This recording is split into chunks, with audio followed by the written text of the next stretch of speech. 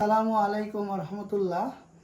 আজকে আমরা নিয়ে এসেছি রাইট ফর্ম অফ ভার্বের বেসিক আলোচনা। আসেন আমরা রাইট ফর্ম অফ ভার্বের কিছু গুরুত্বপূর্ণ রোল আলোচনা করি।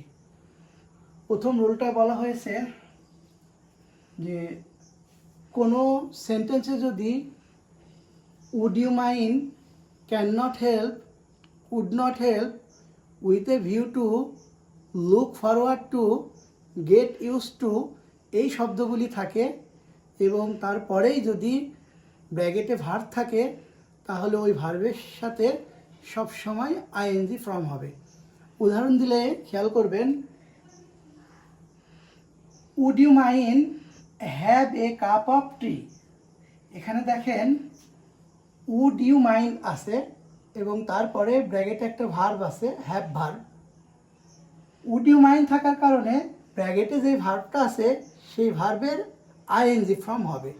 তাহলে এখানে আমরা লিখতে পারি would you mind having a cup of tea. দ্বিতীয় উদাহরণে আছে I can not help love. যেহেতু এখানে ক্যান নট আছে তারপরে একটা ভার্ব আছে, তাহলে সেই ভার্বের সাথে আইএনজি হবে। সুতরাং আমরা বলতে পারি আই ক্যান নট হেল্প লাফিং। তাহলে আমরা যেটা বুঝতে পারলাম যে কোনো সেন্টেন্সে যদি would you mind, can not help, would not help, with a view to, look forward to, get use to থাকে, তাহলে তারপরে ব্র্যাকেটে যেই ভার্ব থাকবে তার সাথে আমরা আইএনজি বসাই দেব। দ্বিতীয় নিয়ম, প্রিপোজিশনের পরে সবসময় ভার্বের সাথে আইএনজি ফর্ম হয়। যদি কখনো দেখেন কোনো প্রিপোজিশন আছে তারপরে ব্র্যাকেটে ভার্ব আছে তাহলে তার সাথে আইএনজি হবে। প্রিপোজিশন হিসেবে on, of, for, with, to, into, before, after এই শব্দগুলো সাধারণত থাকে। উদাহরণ দিলে বুঝতে পারবেন, on return home he had his mail. এখানে খেয়াল করেন অনটা হলো প্রিপোজিশন, আর যেহেতু অন প্রিপোজিশন তারপরে যে ভার্ব থাকবে তার সাথে আইএনজি বসাতে হবে। তাহলে কি হচ্ছে, on returning home he had his mail. দ্বিতীয় উদাহরণ খেয়াল করলে বুঝতে পারবেন যে we must invent the ways of increase our health again. এখানে যেহেতু অফ প্রিপোজিশন তারপরে যে ভার্ব আছে তার সাথে আইএনজি হবে, উত্তর হবে ইনক্রিজিং। তাহলে আমরা যেটা বুঝলাম সেটা হলো যে যদি কখনো কোনো বাক্যের ভিতরে প্রিপোজিশন থাকে তাহলে ওই প্রিপোজিশনের পরে ব্র্যাকেটে যেই ভার্ব থাকবে সেই ভার্বের সাথে সবসময় আইএনজি ফর্ম হবে। রাইট ফর্ম অফ ভার্বের রোল নাম্বার 3, পজিটিভ কেস। যদি কখনোই পজিটিভ কেসের পরে ব্র্যাকেটে ভার্ব থাকে তাহলে সেই ভার্বের সাথে সবসময় আইএনজি হবে। খুব সহজে আমরা একটু জেনে নিই পজিটিভ কেস কি। আসলে ব্যক্তি বা বস্তুর মালিকানা বোঝালে সেটা পজিটিভ কেস হয়। উদাহরণ দিলে বুঝবেন, যেমন রহিমস পেন, রানার্স বুক। এখানে পেন এবং বুকস এর মালিক রহিম বা রানা, তাই এটা পজিটিভ কেস। পজিটিভ কেস হিসেবে মাই, হিজ, ইয়োর, আওয়ার, দেয়ার, হার ইত্যাদি ব্যবহার হয়। আর এই পজিটিভ কেসের পরে যদি ব্র্যাকেটে ভার্ব থাকে তাহলে তার সাথে আইএনজি হবে। যেমন I dislike his talk loudly. যেহেতু এখানে হিজটা পজিটিভ কেস, যার ফলে এখানে উত্তর হবে I dislike his talking loudly. আরেকটা উদাহরণ খেয়াল করেন, do you mind my use your phone. এখানে এই মাইটা হলো পজিটিভ কেস, যার ফলে এখানে এরপরে যে ভার্ব আছে তার সাথে আইএনজি হবে, অর্থাৎ ইউজিং হবে।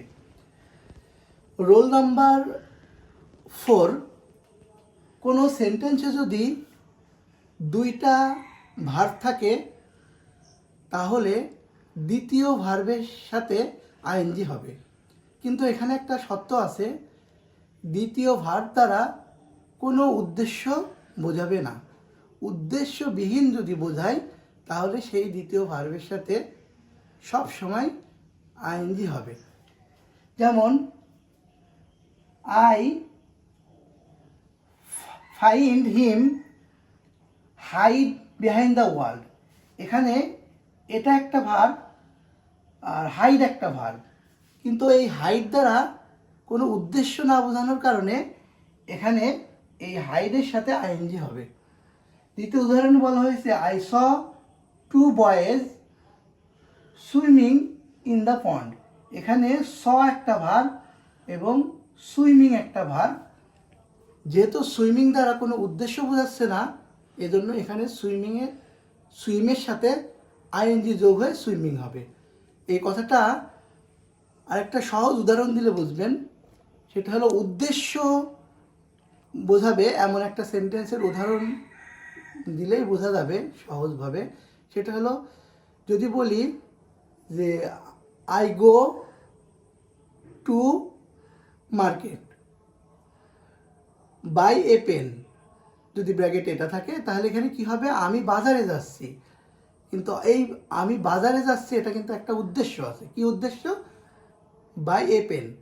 এই জন্যই যদি এমন উদ্দেশ্য বোঝাই তাহলে তার আগে ইনফিনিটি হবে, অর্থাৎ ভার্বের আগে টু বসবে। তাহলে কি হবে, I going to market to buying a pen.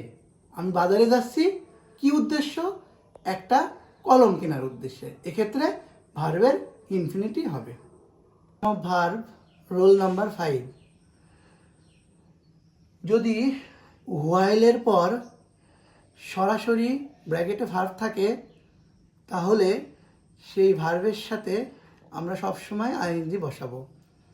যেমন while read I feel a sleep. তাহলে এখানে দেখেন যে হোয়াইলের পরে ভার্ব রিড আছে। যেহেতু হোয়াইলের পরে সরাসরি রিড ভার্ব আছে, এজন্যই আমাদের এখানে রিডের সাথে আইএনজি যোগ করলে হয়ে যাবে। অর্থাৎ while reading I fell a slip.